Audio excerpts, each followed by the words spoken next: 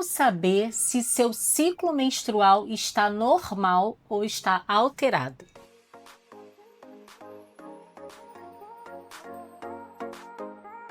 Se a gente não souber o básico, como que a gente vai saber o que está fora da normalidade? E é isso que a gente vai falar hoje, sobre ciclo menstrual. Eu sou a doutora Michele Mota, ginecologista há mais de 20 anos e aqui no meu canal do YouTube tem muita informação para vocês mulheres. Mas antes de eu começar, não esquece, já se inscreve no canal, já dá aquele like para ajudar a doutora aqui a crescer no YouTube e essa informação chegar a outras mulheres de todas as faixas etárias. Porque não é só a mulher jovem que não sabe o que é normal e o que não é normal. Então vamos começar sobre o ciclo menstrual fisiológico. A mulher, antes, a menina, quando vai ficar mocinha, ela tem a primeira menstruação. E isso a gente chama de menarca. Nesses primeiros 2 anos, a menstruação dessa menina pode ser totalmente irregular. Você não pode esperar que venha de 30 em 30 dias e tá tudo bem. Por que isso? Porque é o momento de amadurecimento do eixo hormonal. Afinal, existem hormônios que vêm do cérebro e que vão lá estimular o ovário a produzir os hormônios sexuais femininos. E aí, nesses 2 primeiros anos, a irregularidade, se acontecer, não é um problema. Não é por isso que a menina vai começar a tomar pílula anticoncepcional para regularizar. Não, tem que ter uma certa paciência e esperar.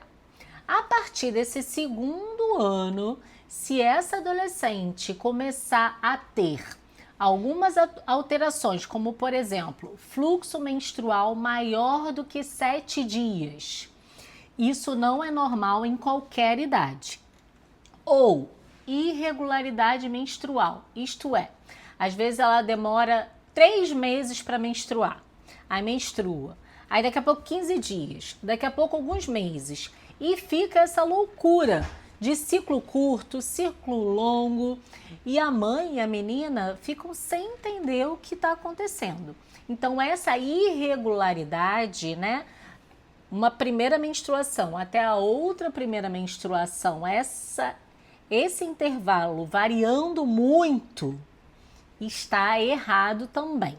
Então, para você entender como seu ciclo fisiológico normal, você tem que entender um pouquinho de algumas datas e alguns hormônios.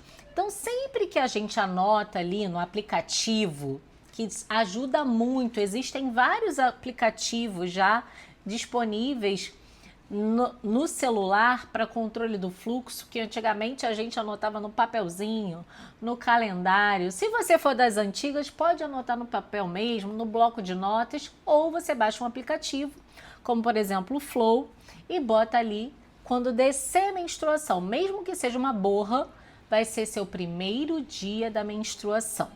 E é ali que começam as contas. Na maioria das mulheres, o ciclo dura em média 28 a 30 dias. Nessa primeira fase do ciclo, que a gente chama de fase folicular, vai acontecendo liberação de hormônios, como por exemplo o estradiol, para começar o processo ali do ciclo menstrual. Quando chega no 14º dia em média, vai acontecer a ovulação.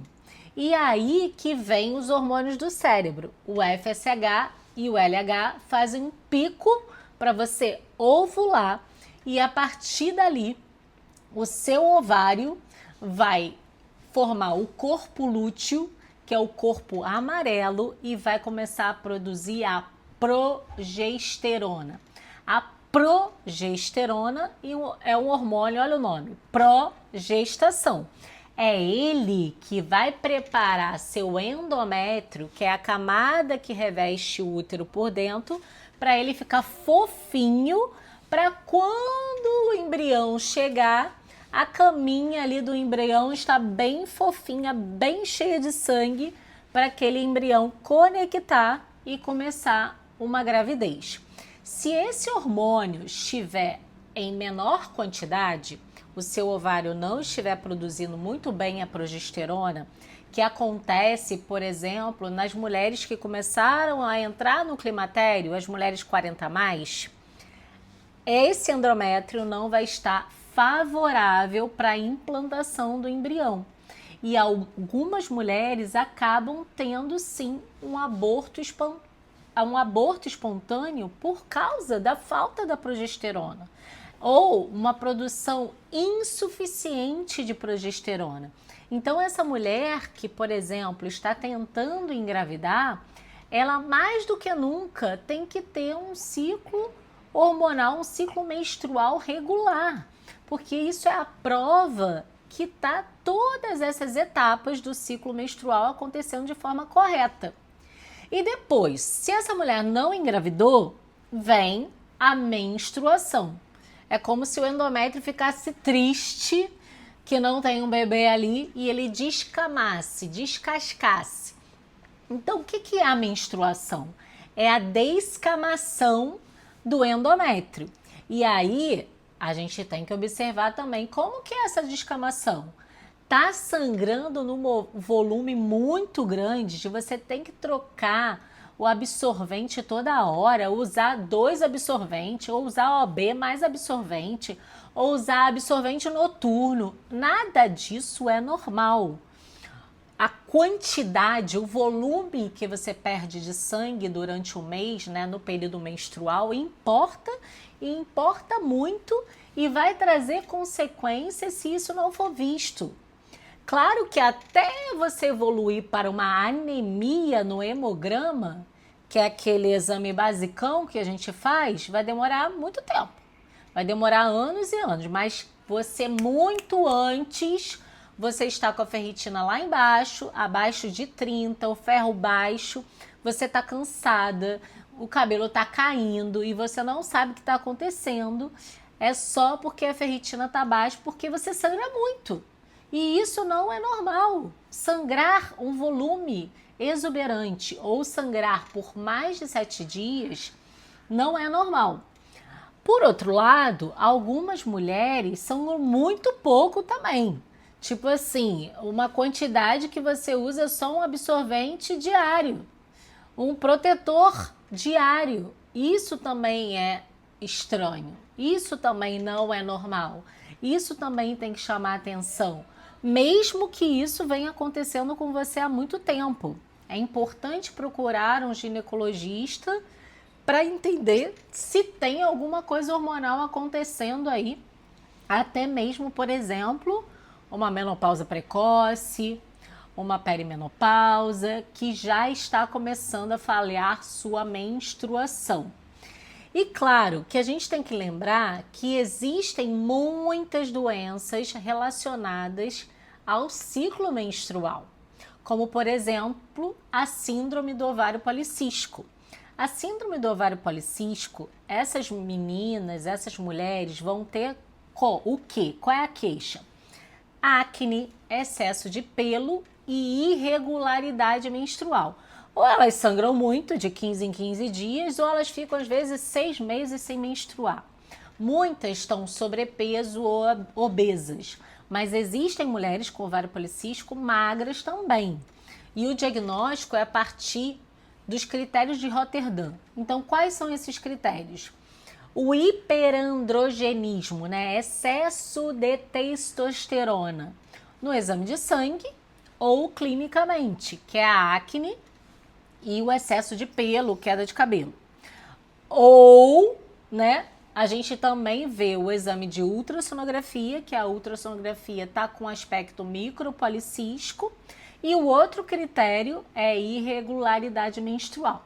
Se tiver 2 desses 3 critérios, a gente fecha o diagnóstico de ovário policístico.